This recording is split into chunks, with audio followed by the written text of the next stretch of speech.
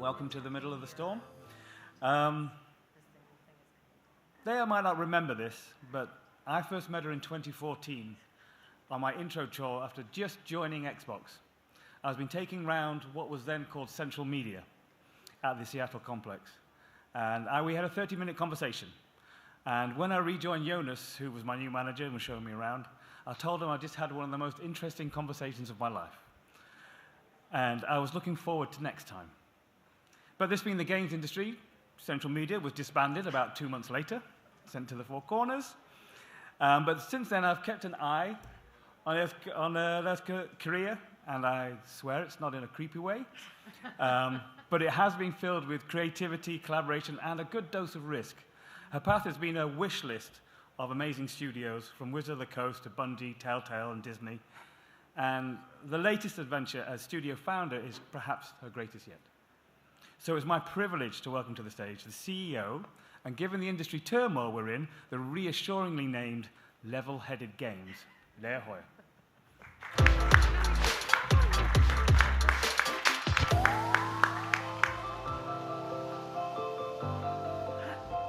Oh, well, that was sweet. Anyway, hello. How is everybody? Before I dive in, this is it's a 15-minute talk, but we can go in some different directions because it's a bit more of a conversation. So I'd love to get a just sense in here of how many of you in here actually are a small-ish studio that's there? Okay, awesome. How many of you are a service provider looking to potentially work with smaller studios? How many of you are friends of mine who just felt guilted into coming to this talk and just thank you, Hasnal. Okay, cool. Here, I just want to be able to talk a bit about the fact that, hey, we're in a changing industry. Yes, Sam, I do remember that. And I will say that was maybe the first of the twists and turns that just seems to happen about every 2 or 3 years in my career in the games industry, right? Studios close, they open, they do other things. But it means that we have to stay on our toes. And I think small studios weren't really looking at external development even 5 years ago. It was something that wasn't as much in their DNA. Certainly indies weren't going out and looking for it. They were very much 4 people in a garage, trying to figure out how they could work together to make something awesome. But times have changed, and I think that's what we're gonna dive into a little bit here. Speaking of times that changed, hey, 3 years ago, I was on this same stage as a keynote, as the person who was running Wizards of the Coast's new video game studio focused on younger and broader demographics and audiences. Literally 6 weeks later, the stock market was tanking, and Hasbro, the parent company, decided that they really needed to cut their R&D budget, and we were told that we were being disbanded. Okay. We were on the bleeding edge of the layoffs and downsizing of the games industry. And so from that, what I actually did is made a deal with Wizards to take some of the projects that we had been ideating on and prototyping and everything and bring it out to my own studio and went indie. And I will say, hey, when you come from a studio where there's, say, a CFO who has budget and places to give you money, and then you go down to it, oh no, it's all on you. It was definitely a bit of an awakening, right? We were a tiny team. We had 0 corporate infrastructure, so I know a lot of you can relate to this. Not only was I the business operator and the creative director, I was head of HR, and in some ways I was setting up IT, email accounts, and I was, buying office supplies when we needed it. It's just it was everything, right? And doing that all with very little money. We were fortunate enough that we raised some, but I will say it was still in 6 figures. It was just shy of $1 million. We had some assets that we brought out of Wizards, but, and we leveraged those like crazy, but we didn't have a lot of resources to work with. But we still had some big ambitions to make a great game. Like, my background was in largely AAA. I would say Telltale you might think of as more of a AA studio. But it was largely in these things that had a certain expectation for the kind of things that we were putting out. And to be honest, it's really hard to let that go. Like, it's hard to say, like, oh, I'm an indie now, so they'll forgive me that this doesn't play as well. Like, we all know that's not really how players work, right? So with that, we all recognize, yes, it is ridiculously hard to be running any kind of video games business right now. Okay, whether you are the primary developer or you own an outsourcing studio, we need to understand that things, we all understand that things are tough, but that they're changing. So fundraising for games has almost all but dried up, right? Well understood publishing and monetization models are changing all the time. And almost everything that worked 3 or 4 years ago no longer works. It is really daunting. But a lot of us, hey, you're here, still want to be in this industry. So call us crazy, but like, we believe it can happen. I think, though, the secret to making that happen and to making it work and the surviving not to 2025, but through 2025 and through 2026 and getting there and getting your stuff done really requires that you take a bit of time to think about how you might do things differently. Because we all know that, like, change and innovation definitely equals risk, but right now, I personally believe that not taking a risk is even riskier. Because if you're just trying to do things under the old operations model, you're gonna have a hard time. So, you know, we have to do things differently. We certainly need game content, of course, that stands out from all the other game content that's out there. But more importantly, I think the thing that I've been focusing on in my career and in my role as like a studio head is finding ways to think about the business differently. And for me, when you're sort of stuck up to it, I'm a big believer that you want to lean into your strengths. And for me, and I would advise for everyone else, one of your strengths should always be your network. Okay, like you being a person who has a large network to be working on, that gives you hundreds of resources to help you tackle the things that you might be facing. Okay, so that is something I have always fostered and I care a lot about, and I love the fact that in this room of people, like, I feel like I've had conversations with maybe even half of you, and that's awesome. And events like this are excellent for you to be able to grow that. I will also say that I personally chose to lean into another strength, is that I have long been a believer of external development. At basically every studio where I had a say in how we were making stuff happen, being at AA, AAA, we have leveraged external partners on our productions in many ways. And because of that, I think I went, therefore, into the indie scene with more of an idea of like, yeah, I would absolutely want to do this. I would want to find ways to round out a team because there's only so much I can do with the small group of people that I am working with now here in the Seattle area, which is where I'm based. So the other thing that was thankfully a bit of a strength for me is that I frequently speak at conferences like this. And it just so happened that a well-timed invitation came in, and I wound up going down to Argentina. And down in Argentina, their Expo Eva, which is kind of the largest Argentinian games festival or games event that they have down there. The awesome thing happened is that I reconnected with a studio I had met several years earlier. Their name's Scuba Light. They're pretty awesome. And they were showing off at the expo their latest game, but when I sat down with one of their heads, Leandro, he mentioned that times were actually really tough and that they were starting to look for potentially starting to do outsourcing themselves. So they had always done their own IP, and one model that has been rising is that studios that are making their own thing are starting to find ways to finance their own thing by going external and trying to find other people. And he's like, so if you happen to know anybody who could use it, And I was like, hey, I do. And that was awesome because I was able to look at what game they were making. And their game was kind of spiritually very similar to ours. It was high energy, it was online multiplayer, it had sort of fun visuals and graphics. It wasn't shoot them in the face, a bunch of colors of mud and blood and death. And that was different than like a lot of other things that were out there. And it's so aligned with what we were doing.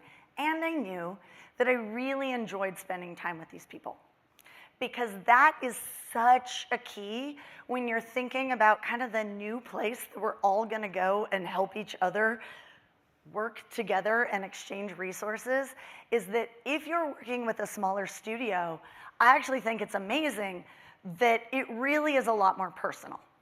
Like the folks who are down in Argentina as well as Colombia, we've had Ecuador and Uruguay as well in that group.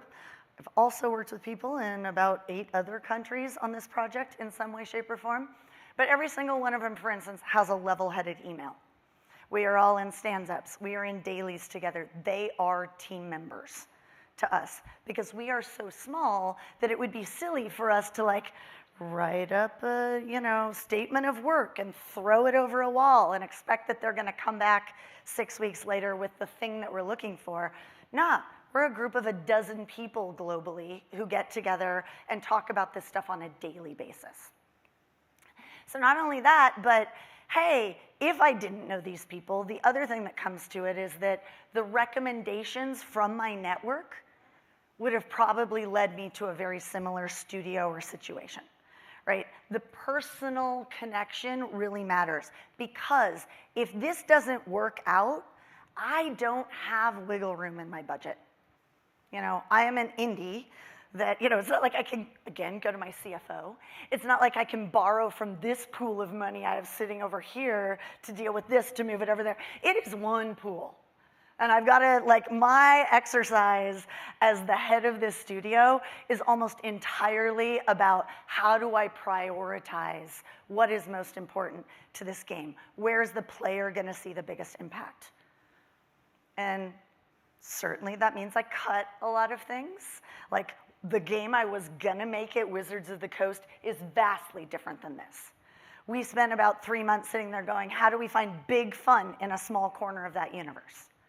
How do we bring those down? But even within that group, there's decisions I make weekly that are like, we need to choose this over this, because if we go in this direction and it is a bit riskier of a feature, and we've spent the money on it and we decide to trash it, oof, that's a bigger hit to us. So that sense of have I gotten to know you?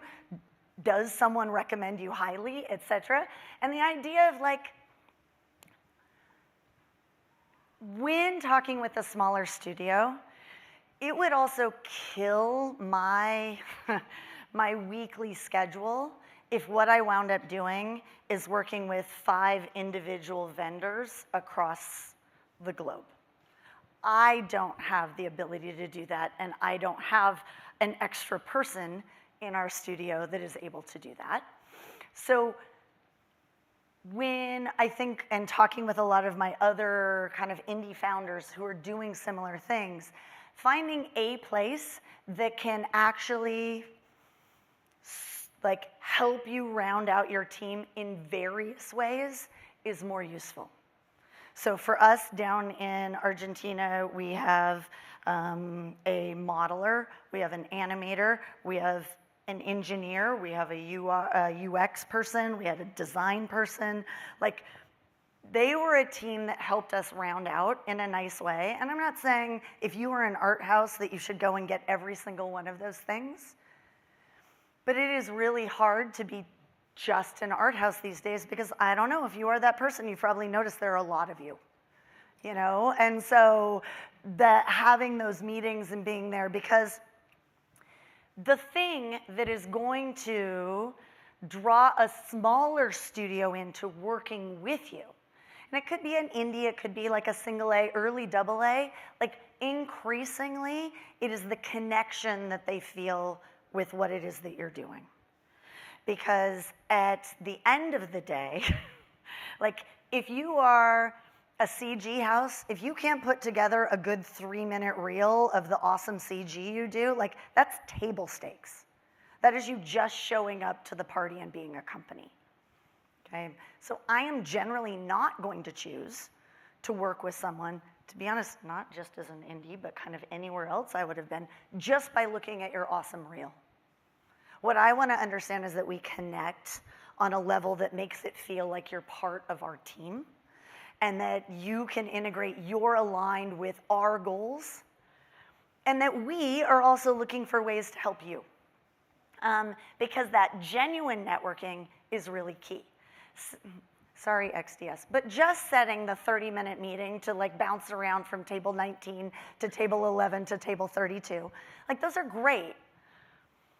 But the things that I think generally bring about this is you coming to XDS and you going to karaoke night. You going, like I had the best night last night at the Bites and Banter. Like it was awesome. Our table was so cool. There were 3 different tables. We all mingled. We got to know each other on a real level. And that was great because that's that extra special sauce that really gonna set you apart.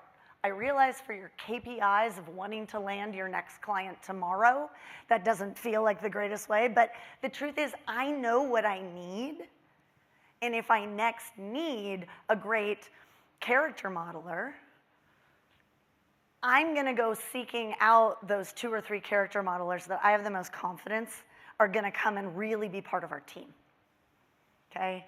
It is the long game, but at the same time, what I recognize as a person who definitely will not be paying you as much money for that as Sony or EA or some of the larger companies, I'm willing to come in and go, oh, do you have more junior people who are interested in being trained up? Do you have people who are maybe right now in between projects and I can only have them for 3 months? I will work with that in a way that other studios won't and can help this be a win-win on both sides. Okay, but that only comes if we really get to know each other and can have those really honest conversations with each other about what we need.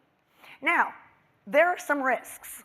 I will say, one of them, hey, we've had a lot of financial volatility.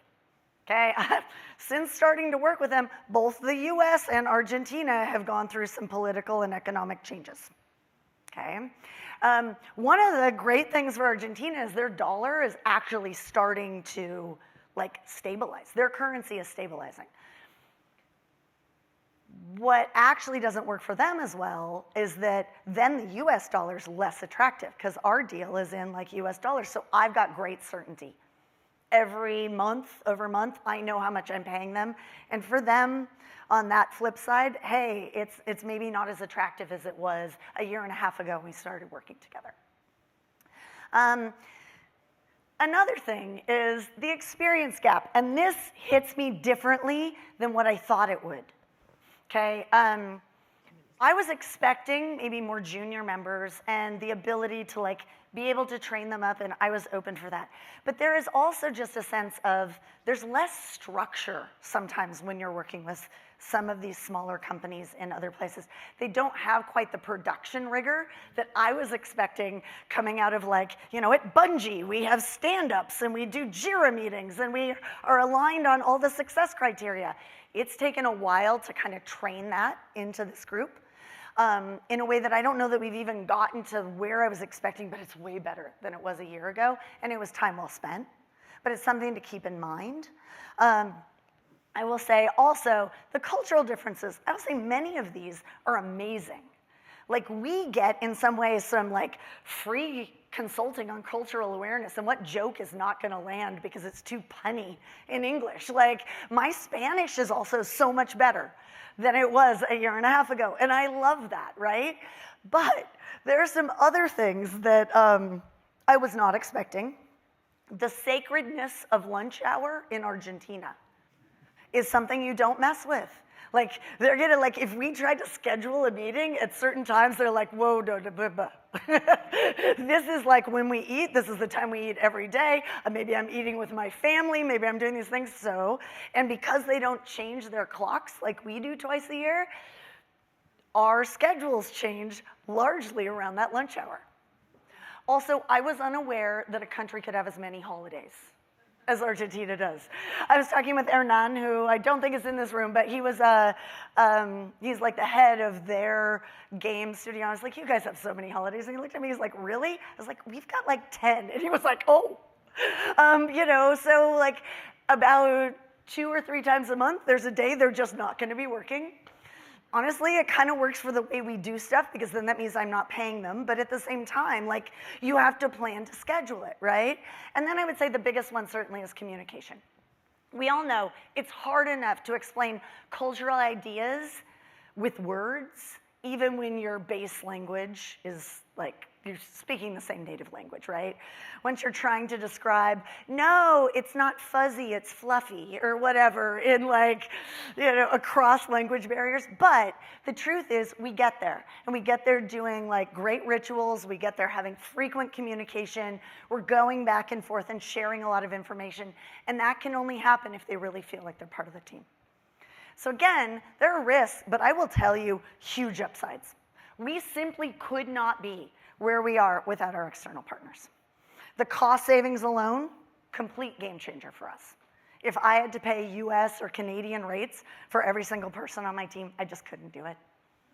You know, we might as well have made a mobile match 3 instead of an online multiplayer arena character collector game. You know, like the difference is spectacular, but I believe it also made our game better. The perspectives that come in, the sharing of ideas, and we've had people, for instance, like our animator, I really understand now, like he gets our game. Like he is such an ideal player avatar for our game, so I've pulled him into so many design discussions. And he is now sort of a junior designer on the game / animator in a way that if you'd gone with the traditional models of how outsourcing tends to work, that probably would never happen, right? Like this pod of people do that and this other pod of people here. And so here's the other thing. What I love is you all don't need to like go to Argentina to make this happen. You're here like at XDS. But what I would encourage everyone is don't just set meetings with people. Like meet each other. Like really get to know each other, share your stories, share your dog pics, talk about your kids, whatever it is that is that thing that you're really bonding over beyond the, here, let me tell you about what our studio can do for you. Because bluntly, there are a lot of other studios that can do that for any of us. Okay, you are the thing that sets you apart from every other studio. And finding that right chemistry and thinking about it as long-term relationships is the way we're all gonna kind of survive what we're going through right now and help each other out of this. All right? Thank you very much.